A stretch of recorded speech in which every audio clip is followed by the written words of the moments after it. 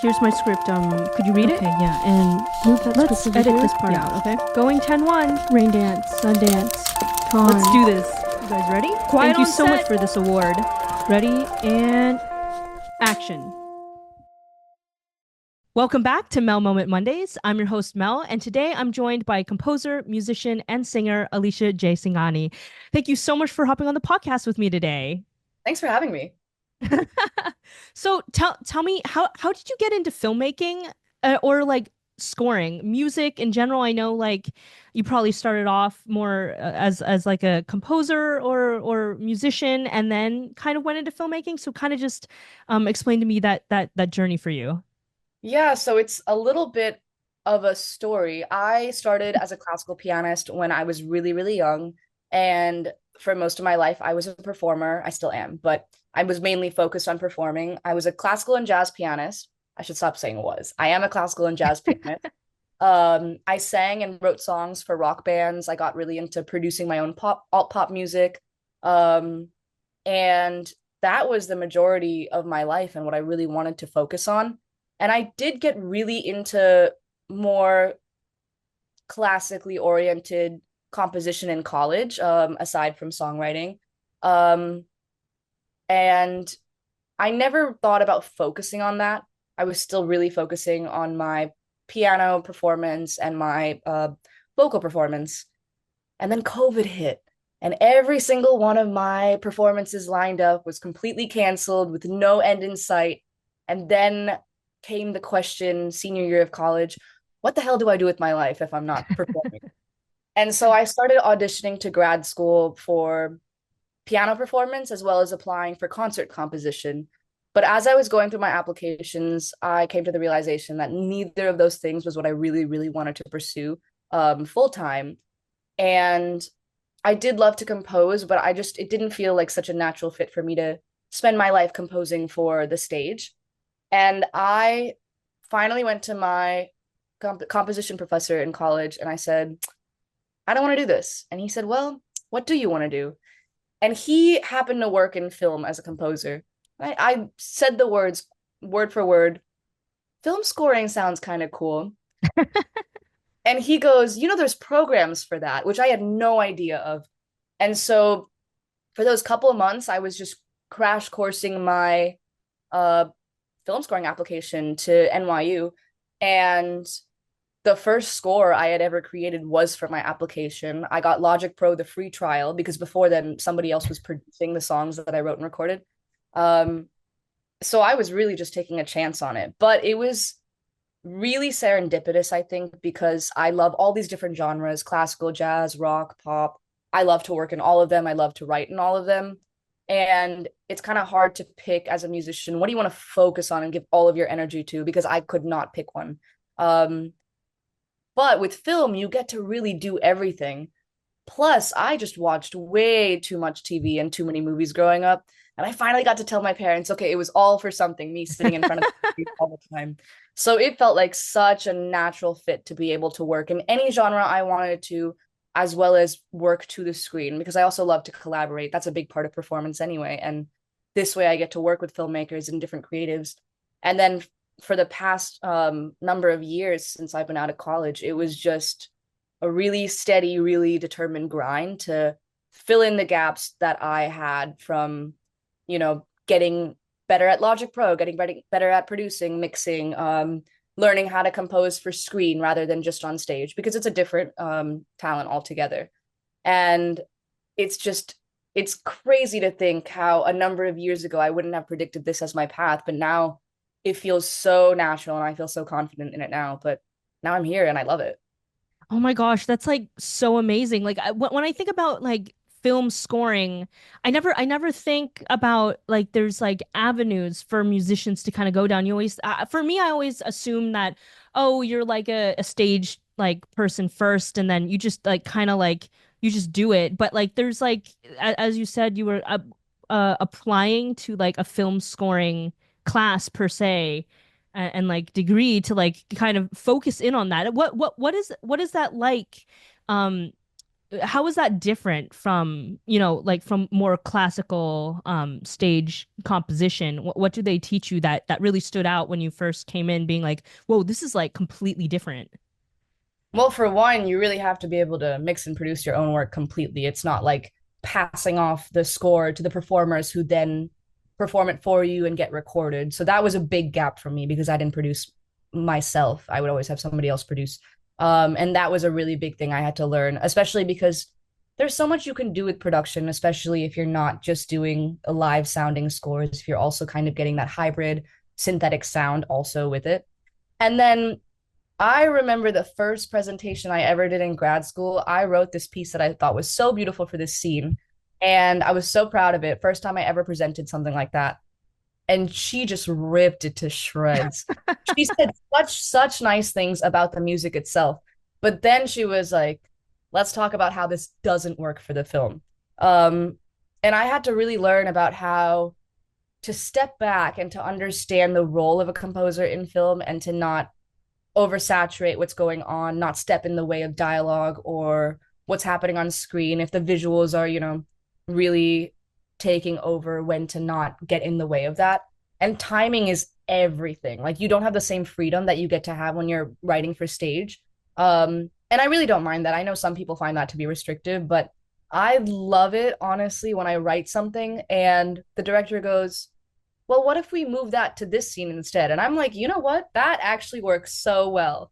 And you just get to see things in different lights. But it was definitely a new experience to understand what's my place as a composer, because now I'm not the only one here. I'm not the main character in this piece. I'm a part of a greater project that a lot of people are putting their love into. So that was definitely a new challenge, but that was awesome to learn from. That's so cool. Like I make films myself, and like working with composers, I feel like it's like one of the hardest aspects just because like music is so important to a film. Like you don't realize that until you like, you're either making it or, like you watch a film and you're like, that score was amazing. Like the up theme like score by Yeah. I forgot his name. I'm such a bad filmmaker for forgetting this, but like his score like that drives the whole story basically. Yeah. And like you wouldn't think like, oh, music is, for a lot of the time in films, music is kind of that subconscious thought and tone. But then, and working with composers is, it's so fun but also I difficult feel the because same I way don't about. know. Yeah, I don't know anything like about music, so like trying to explain what I want is sometimes really hard.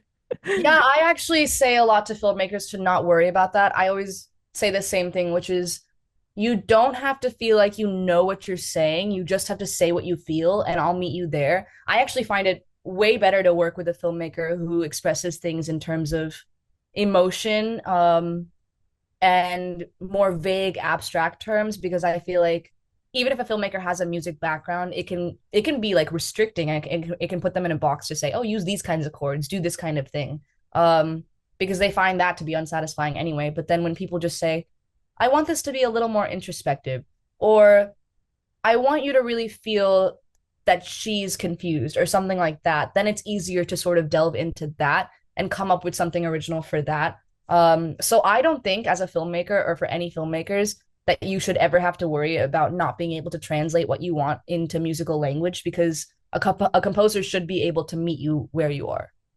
That's awesome to hear. Yeah, I feel like for directors it can sometimes be daunting, but what you just said is way less daunting and more inviting. So Yeah, and I think it's also a great approach for us too to really, delve further into these characters, because at the end of the day, we're not just writing a piece, we're trying to really emulate what's going on screen, or what's going through their heads in that moment.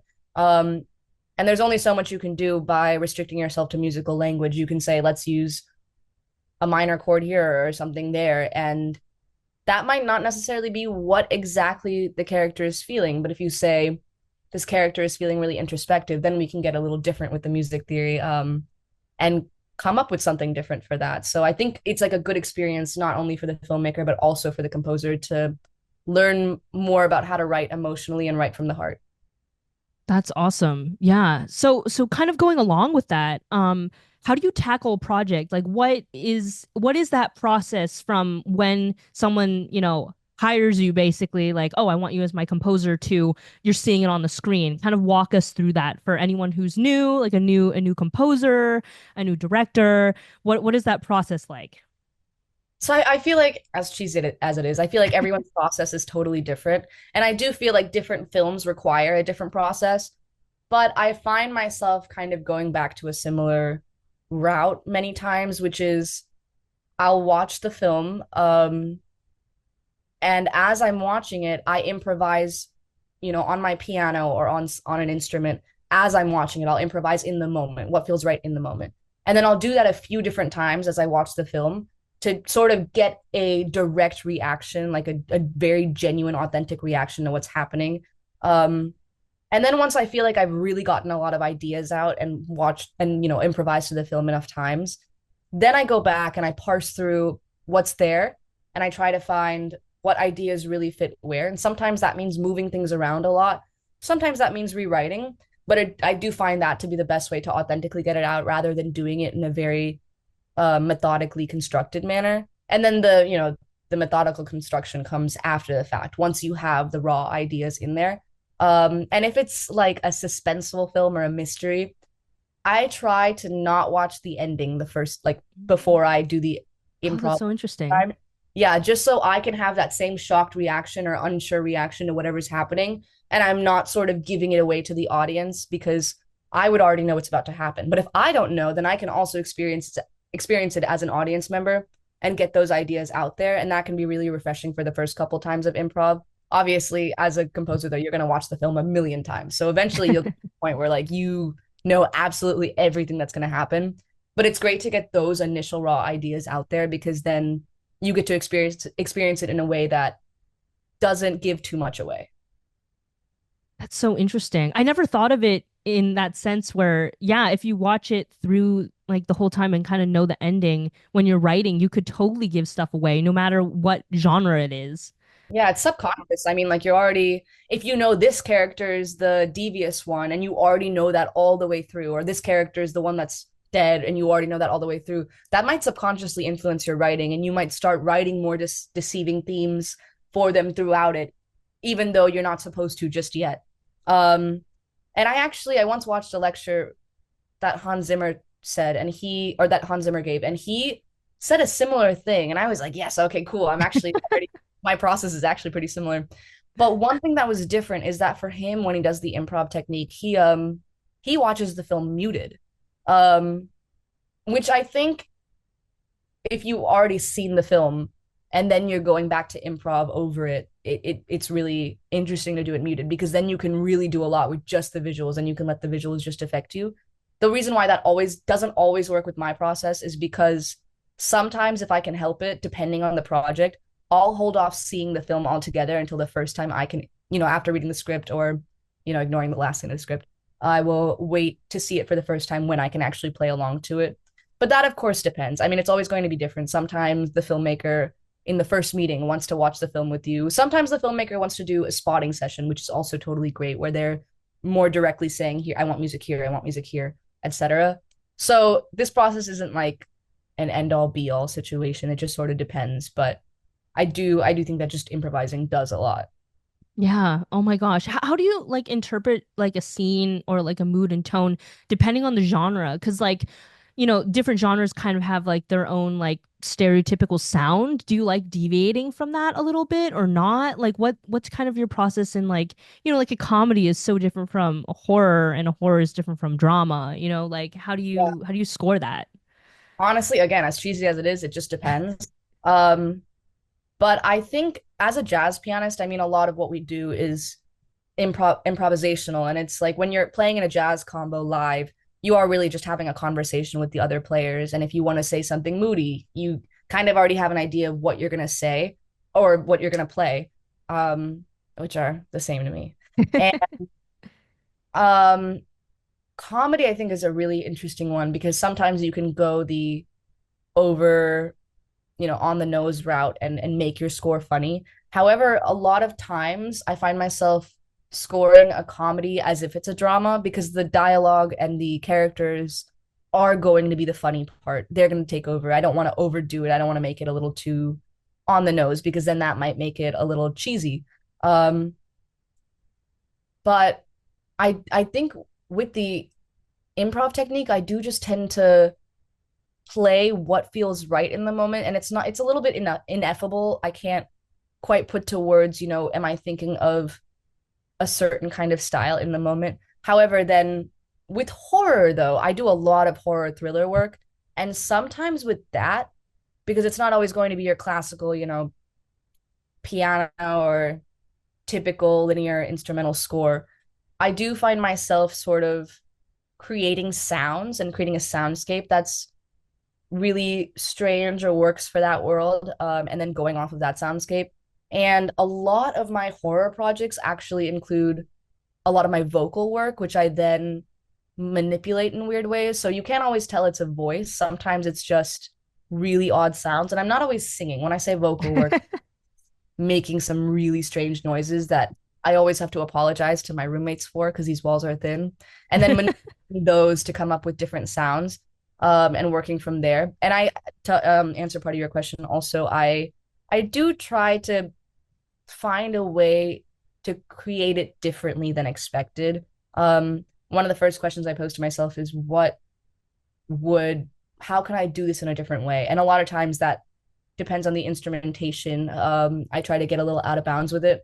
That's not always going to work for every film because some films really do need the score to just lie back and be a little more conventional to give room for the picture. I find that to be the case in a lot of dramas where they don't want the score to go so overboard or do something too different because then it draws a little too much attention to the score and they really just want it to be an underlying aspect of the film that allows the characters and the writing much more room to breathe. And I feel like I work on so many different genres that it's so different for everyone. But also, I feel like nowadays, a lot of filmmakers are also posing the same question to themselves. How can we break the bounds in the genre? And so if I get a comedy, it's not always quite exactly what I would expect from a typical comedy. Same with horror. Um, but yeah, I mean, I feel like it's always, I mean, the landscape of film and film music is changing every day, I feel like, which is really fun to try to keep up with and also to try to get ahead of. Yeah, oh my gosh. I mean, you just listen to kind of the scores. I mean, scores back in the 50s to like when Spielberg was in his prime and with John Williams and stuff to like now, like I feel like Hans Zimmer's kind of like the main guy or one of the main guys that when you think about 21st century sound, he's the guy. And it's so different in how it's evolving and especially with like social media and the technology today, how much of your stuff is like you said, a lot of with film scoring it's working on your own. How much of that is like working with online like instruments and stuff like a like in your like your digital audio workspace versus like recording live? How like what is that kind of process and the I guess the change or how you're utilizing the technology today to make your music. Yeah, I mean, budget is everything. I feel like Yeah. people really utilize their DAWs nowadays because of the fact that we can't always afford to have live instrumentalists record.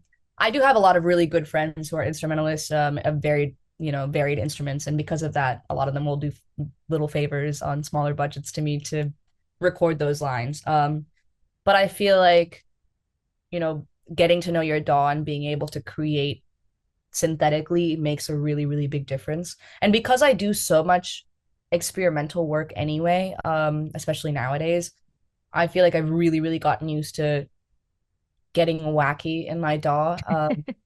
But I don't always use a lot of MIDI. I mean, I do, but what I've found myself doing a lot lately is using audio clips and then creating those into instruments. So like again, the way I'd record my voice and weird sounds, then turn that into an instrument, play through there. Or like record the tap running water or just at the right pace. So you're just getting those droplets or something.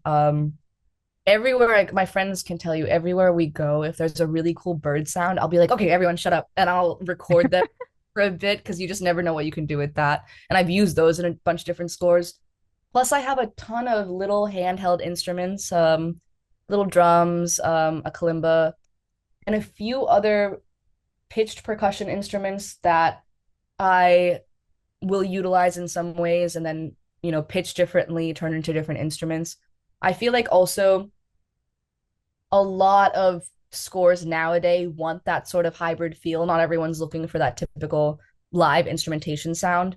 Um, but that doesn't mean that's gone. I mean, a lot of people also really, really love to work with your typical classic string quartet or, an ensemble like that. And that's also really, really fun. So when there's the opportunity to work with live players, it's also really great. But the process is definitely a bit different. I mean, you have to understand what's possible for live players in that given amount of time, whether or not they'll have time to rehearse. So sometimes you can come up with some really complicated lines to put in your MIDI, in your DAW, or you have to sort of figure out what's going to work for players to actually play live in the moment, maybe simplify things, rearrange things in that moment. Plus, nowadays, there's a lot of doubling and padding that goes on. Maybe you'll have some live recorded instrumentalists, but then pad it with some MIDI fake instruments and sort of get that full effect. But yeah, I mean, I feel like hybrid instrumentation these days that's really taking off. Yeah, it's so interesting. I don't know many composers, but the ones that I do, like as you said, they do a lot of the hybrid now. Um, and it's like so interesting because for me, I always picture like, oh, I mean, obviously budget, but like, like the like live instrument recordings, but like you can do so much in your DAW with just a MIDI keyboard and everything. And people, I feel like if like starting out, like that's something that's definitely obtainable to people that kind of people forget, I feel like. Yeah, absolutely. I mean, the different synth sounds that are out there, and not only what's available, but even if you just take the simplest form of a synth and then do your own work on that, use different plugins to manipulate that, you can come up with a lot from that instead of just using the samples that exist already that you can purchase or download. You can take like the simplest synth in Logic or a different DAW and mess with it just enough to get the kind of sound you want. I think it's an easier process if you already sort of have a vision in your head about what kind of sound you're looking for, because then in that case you can find ways to achieve that sound. Um, though because it's so accessible, it's really awesome how much you can just explore and experiment with. And I feel like a huge learning process is also just seeing what's out there and playing with different synths. I mean, it's really just playing around sometimes, and that can be so much fun. Right. Oh my gosh. Was there a learning curve for you for like working with your DAW, like compared to, because you come from this like classical musical background and then you're jumping into film scoring and there's like click tracks and like all this stuff that's just like kind of more of that digital space. How was that for you transitioning over and learning that? Oh, it was a lot. When I first started grad school, I really thought that I was the most behind out of everyone because a lot of people seem to have a big grasp on their DAW. And I mean, I downloaded Logic Pro, the free trial, just to get my application in. But I was really lucky to be immediately paired with Jamie Lawrence, who's an adjunct professor at NYU, amongst many other highly achieved things. And he is just like a god at Logic. And I had a speed run process learning from him because he knew that was what I was really insecure about and had a big gap in. And so learning how to work that DAW, different shortcuts, understanding, what the best workflow for me is, what I'm looking for. Um, I feel like I had a really lucky experience in that my learning curve happened so much faster than the average person because I had him as an instructor and mentor to help me through that. And that's actually why I was so amazed when my undergrad composition professor told me there are programs for film scoring because that is such a huge resource if you go to grad school for something like that. Because if you're trying to learn it on your own, I mean, you don't even know what you don't know. And so that can take so long to figure out what you need to learn, what's the best route for you. but to have, a direct mentor that can tell you, check this out, try this, figure this out, can really, really make such a huge difference. And now I live in Logic Pro. I love that software. I feel so comfortable in it and I feel like I can do anything in it. And I still feel like I'm learning more and more every single day. But the difference from when I first started is exponential. And I do really have to credit Jamie for that. That's awesome. I feel like that is something that is really overlooked is just that aspect of having that mentor there to tell you and guide you with what you don't know. Because I feel like there a lot of times, there's always that kind of push and pull, like, oh, does going to grad school or school for this really matter? But I feel like the gem of going to school for something like this or like film or whatever it is in the arts is having those professors and mentors really help you teach you like what you don't know because again, you could spend, as you said, hours and hours on YouTube trying to look up and learn stuff, but to have that like kind of expedited process is really nice. Yeah, absolutely. And that doesn't mean you're completely better off if you're going to grad school. There's a lot you can do with the free resources online. YouTube is Right, really right. great, especially for people who can't afford or access grad school. But man, I'm really glad I went. How does scoring now affect your own personal music? I assume you still make music for, yourself when you have Yeah. time and whatever, and I assume you still enjoy composing for the stage. So how does that affected you or your outlook on how you make music now? I feel like it's opened the box in a lot of different ways for me. I feel like my songwriting has become a lot more narrative. And I feel like that was an aspect I always had in my songwriting before where I wouldn't necessarily follow a typical form. And I always, mentors, professors would always be like, stop doing that. That's not going to sell. But I feel like film scoring made me a lot more comfortable with doing things in an out of box way in my songwriting. And I don't think I would have gotten so far into electronic alt pop production. I was mainly like a rock band performer and I wrote songs in that aspect or jazz. And now I do a lot of alt pop work because I've just really, really enjoyed the production that I can do in my DAW. And I'm working on an album now that I'm hoping to get out in December, but we'll see. That might be January, it might Ooh. be February. But I feel like because of this album, or because of film scoring, the work that I'm doing in this album is so much more creative than I necessarily would have done a number of years ago because there's so much more I know I can do. And also just because a lot of, film scores have opened me up to different sounds that I can use or what works for screen. And now I love to tell stories through my songs in that way. And it's really, really affected me that way. And actually the album is gonna be a film related album, not exactly, but in the sense that every song has a famous movie title and is somehow Oh, content of the song. Like the first one will be Black Swan, and the last one is called There Will Be Blood, which is actually already out as a single. Which, funny enough, when I wrote that song, I still think it's my best song that's released to this day. It was just about a year ago, just over a year ago, a year and 4 days ago. But when I wrote that song for the very first time, it was actually a demo. The first like 20 seconds was a demo that I pitched for the title sequence of a TV show. And I didn't get it, but I was really proud of what I had created. And I was like, maybe I'll make a full song out of this. And I did. And it was, I mean, it's now, I'm so proud of it. And I feel like I would have never come up with that had it not been for a show that inspired me to create something of that, of that style. that's so wonderful that, they've kind of blended together in like a really beautiful way where, you're creating like the best music you've created since and you have an album. That's so exciting. Like I'm gonna have to listen to that when it drops. Thank you. Yeah, I hope you like it. What type of movies or like film scoring would you like to do that you haven't done? Like is there or working with certain instruments or like I like yeah, just something like more foreign films would you like to do with that type of sound like that matches the culture? Like is there yeah, just kind of explain. I feel like because I've done so many different indie films at this point, I've done at least 40 short indie films. I've gotten the opportunity to do pretty much everything in different styles, and that's been really, really awesome.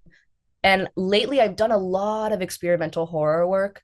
and thriller work, and even comedies that have very experimental scores. And I've really, really enjoyed that.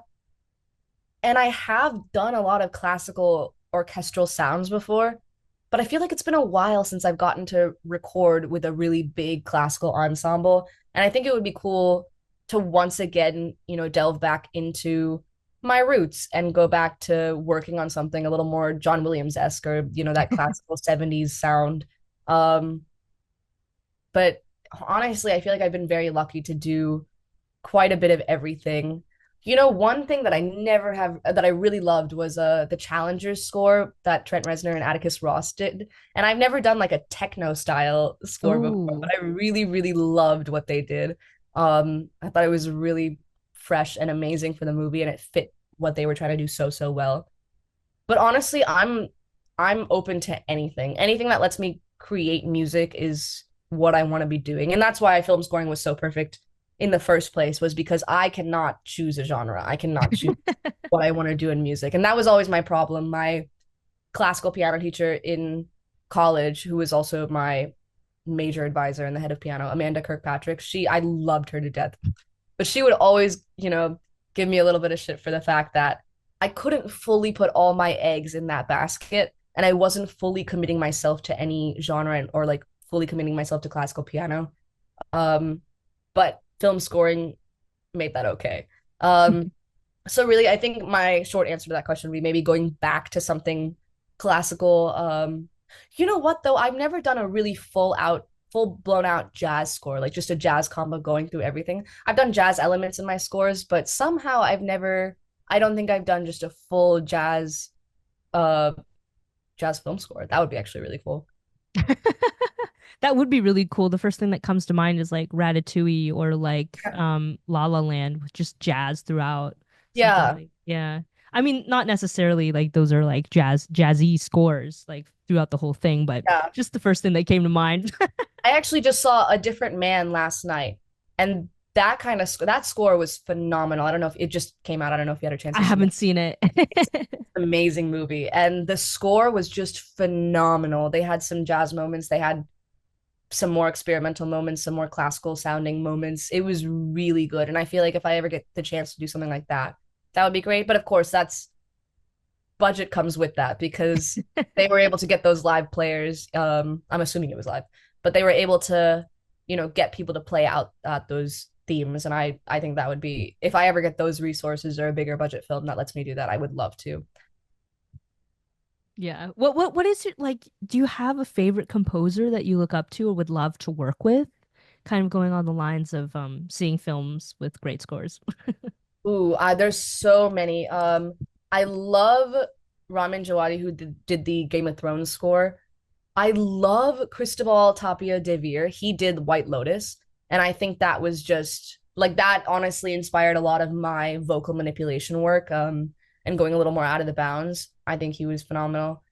Um, Joe Hisashi, who does, Studio Ghibli scores, he's someone I really look up to. I really, really also love Trent Reznor and Atticus Ross. I feel like they changed the scene of scoring. I mean, when they were up for the Oscar in, I think, 2011 for Social Network, they were up against John Williams, Hans Zimmer, um, and a bunch of other superpowers in the film scoring world. And they won for their minimalistic Social Network score, which a lot of people at the time were sort of hating on and saying, oh, this is easy. What are they doing? But I thought that was really phenomenal work. And I feel like they changed the game by getting that credit with the Oscar, and showing people this is another way that you can score. And I really love their, I mean, like, then there's Gone Girl and Challengers, and I love Challengers. So I really love their work. But yeah, Blake Neely is also an amazing TV composer. He worked on You, and I love all of these more, sometimes minimalistic but experimental, different kinds of out of the bounds scores.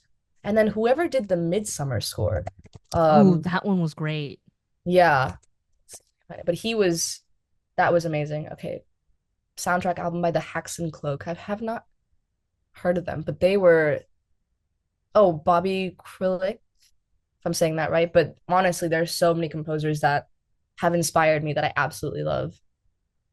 That's awesome. What do you think being a like what is the key to being a good composer? Well, I mean, hopefully people think I'm a good enough composer to answer that question. I think it's just about writing from the heart and caring about what you do and not caring about being good because, that can be a really big crutch if you're worried too much about does this sound good? Does this sound right? But rather, does this fit? I think that's the more important question.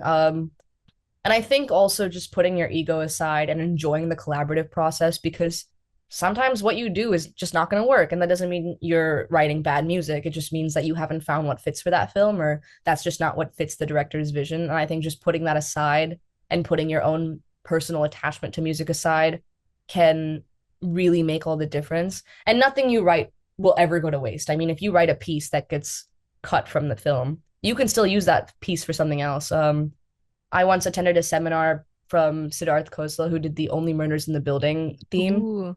And he had mentioned how when, hopefully I'm getting this fact right, but hopefully he mentioned when he was given that score, when he wrote that piece for the theme, which is so iconic now, he had written it as a demo for a different project that it did not get on or he was scrapped or something like that. And then years down the line when he was given this job, he was like, "Okay, I think I have something that fits for this." And went back and readjusted that old demo to this. And now he's won an Emmy for it. And it's Wow.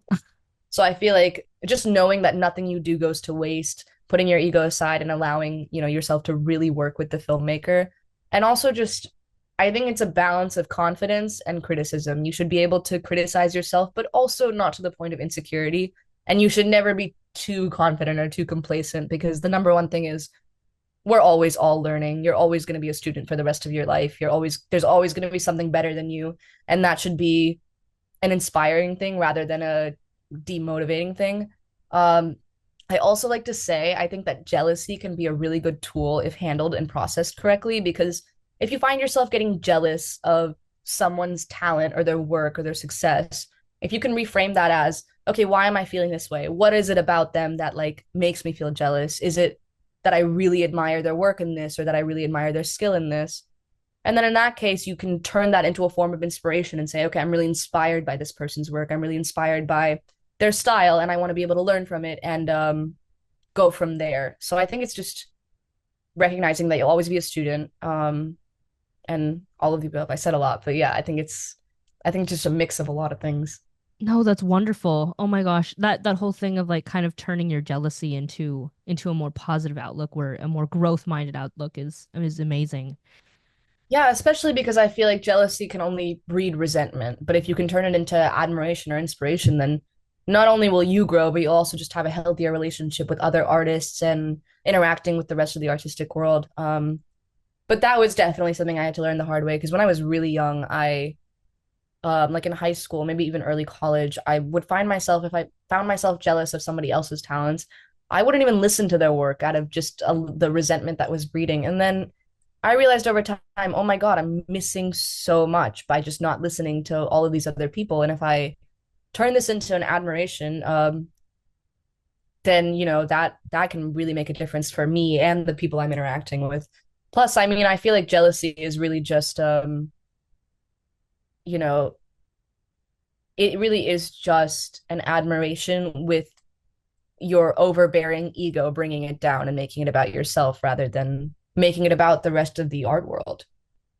Exactly. It is really hard not to fall, especially as creatives, into that, oh, I'm jealous of them, like they're like how can they be better than me kind of thing. But, we're all here in the community to lift each other up. So, Yeah, absolutely. Yeah, definitely. And I feel like a lot of women go through that, especially you'll see one woman rise to fame, be the absolute next superstar, and then immediately have the worst downfall ever because people just turn on her in an instant. I mean, like you saw it happen to Jennifer Lawrence, Anne Hathaway, etc. Um, and I feel like I fed into that also when I was younger, just because of the internalized misogyny and everything.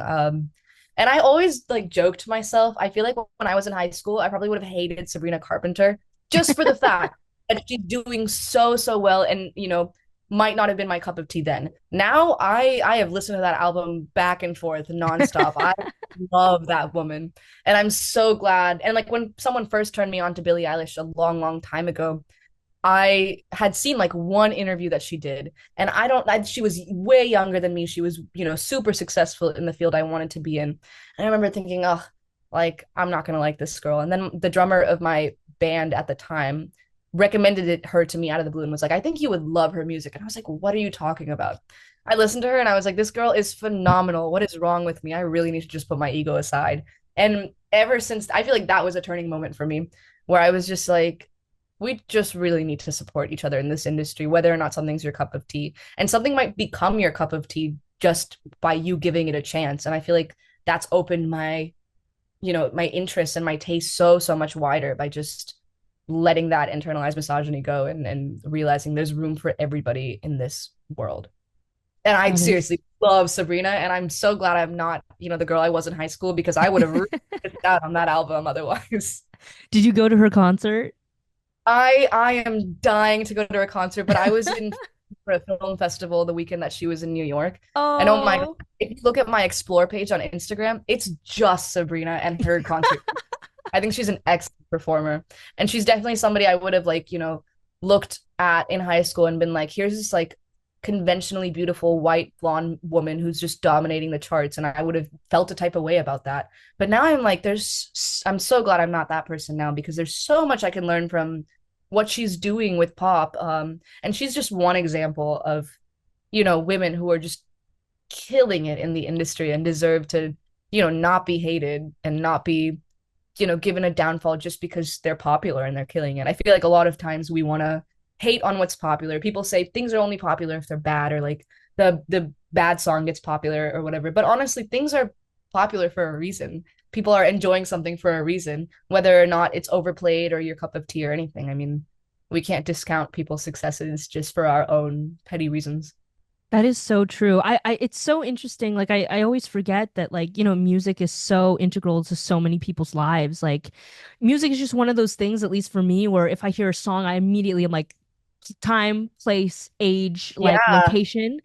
And it's really interesting, like how scrutinized it can be. Like, oh, you like that type of music? Ew. Like it's so like unlike when you're like dating someone, that's like one of the first things you like ask, or like one of like the stereotypical things that you ask is what's your favorite like type of music genre, And it's like it's so interesting how, yeah, as you said, whether or not it's your cup of tea or not, to like give stuff a chance. And Yeah. because even if it is, because I a lot of people shit on popular songs, I feel like Yeah. that's I never understood that. Like it was almost shameful to like the pop song.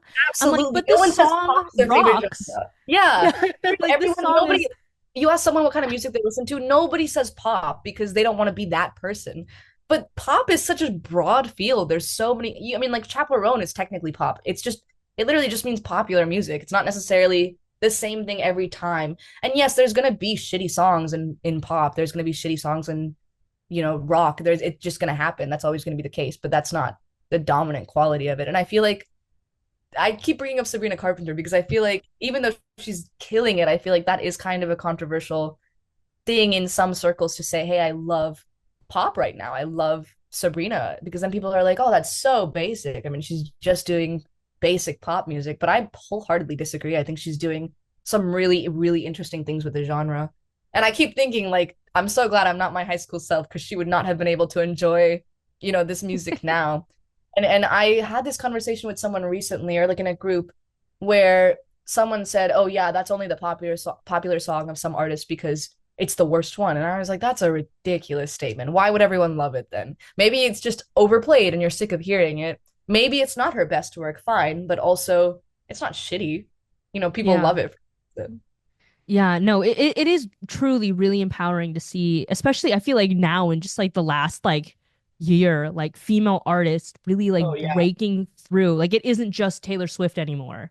Like Yeah, there are yeah. multiple artists now that you can say, "Oh, she's a really good artist and Uh, is like top of the charts." And it isn't just 'cause like her music's good. Like it's herself as a person and like what she's doing for the industry.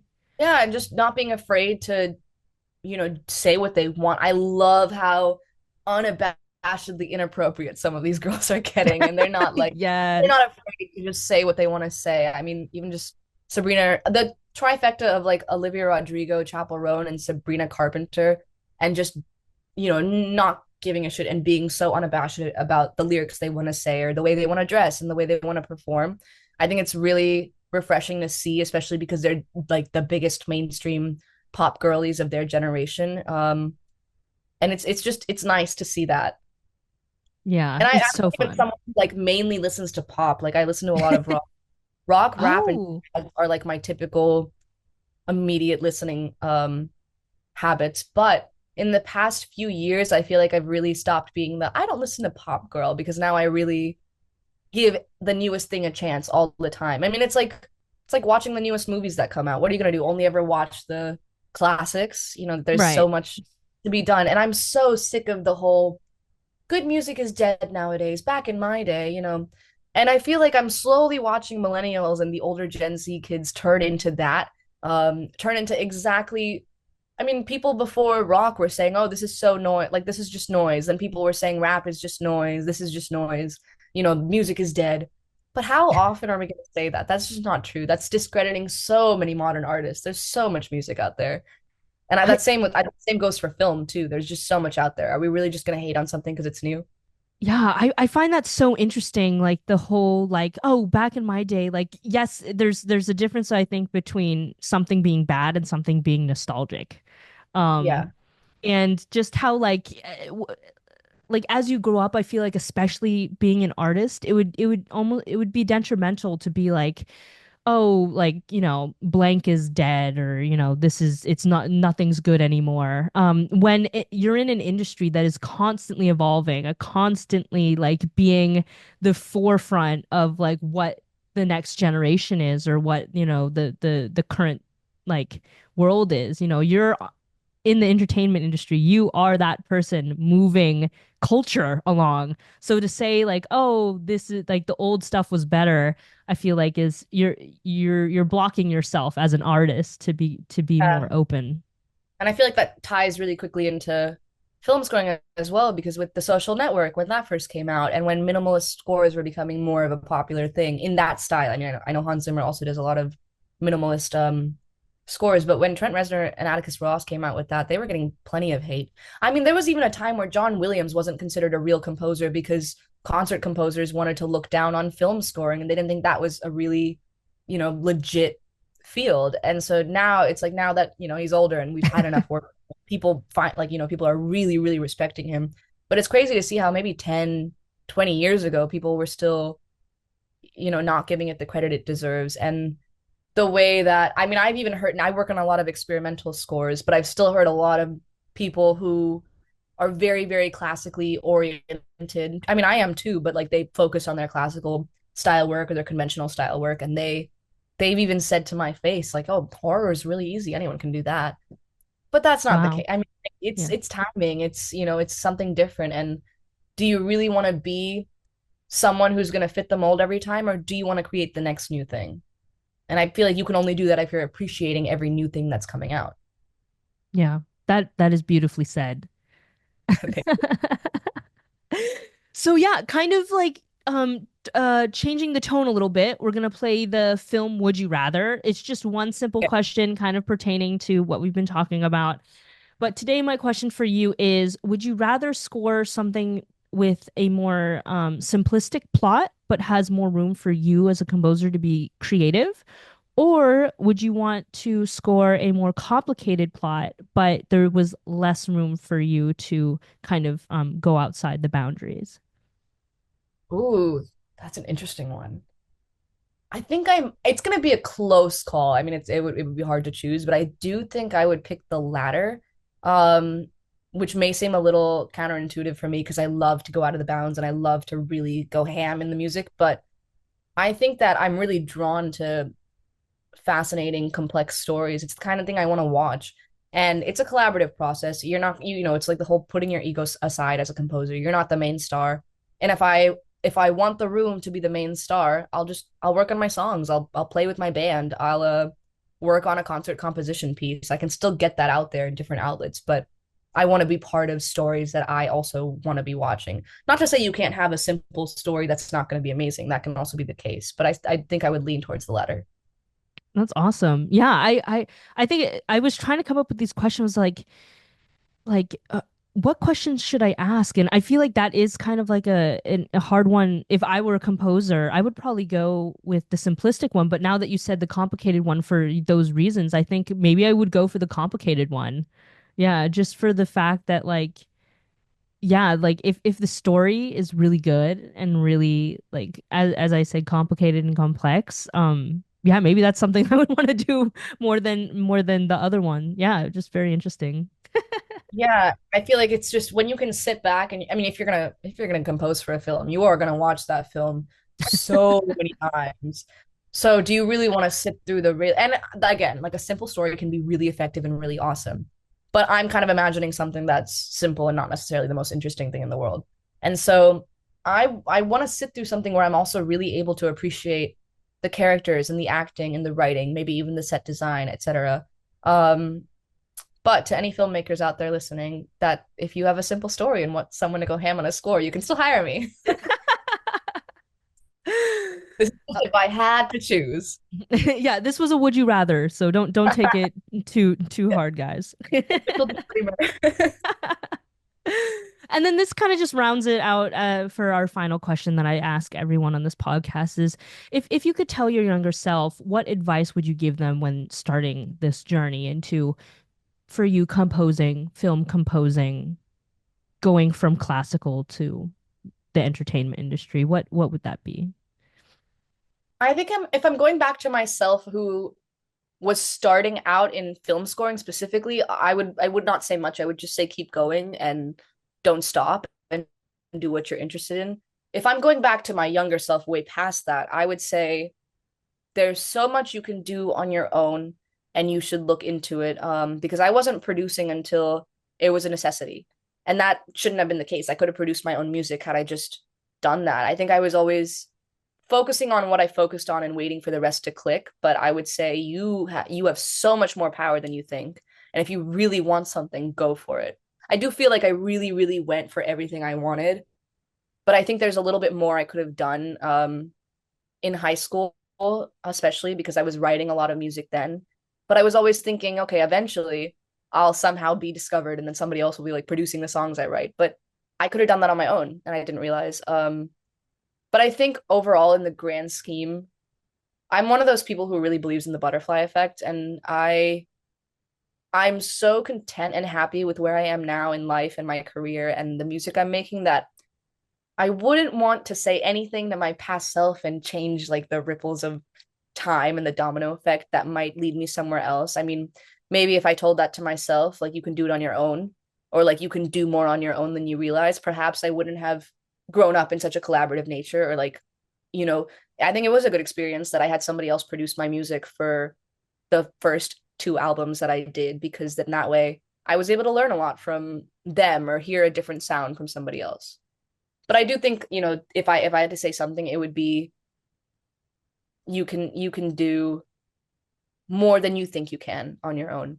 Um, but I think the real thing I would say to any version of me in the past is just keep going, don't stop, and don't let anything deter you. I love that. That's great advice for any Oh, and artist. probably the jealousy thing. Probably the jealousy Oh, thing. that one's a good one Because too. yeah, because in high school I feel like I could have appreciated way, way, way, way more music if I opened myself to it. And now I like every time I listen to an artist that I know I wouldn't have liked in high school, I just think to myself, man, I'm glad I'm 25 now and I can appreciate this. Isn't that always the case?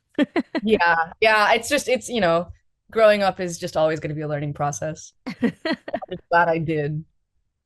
Yeah. Well, thank you so much for coming onto the podcast. I This was like so last minute, but like I'm so grateful to have you on and you gave some great insight and more into the story of composing, which I'm not very versed in. So it was so interesting for me to learn and listen as well. Yeah, thank you. Thank you for having me. I'm a huge yapper and I love to yap, especially about something I'm so passionate about. So thank you so much for having me and like wanting to hear, what I have to say. Yeah. Oh my gosh. Where can people follow you and listen to your music and all of that? So my website is AaliciaMusic.com. Alicia spelled Aalisha, weird spelling.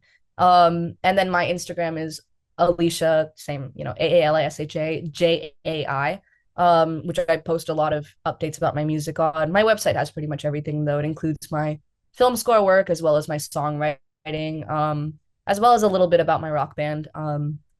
So yeah, feel free to check me out.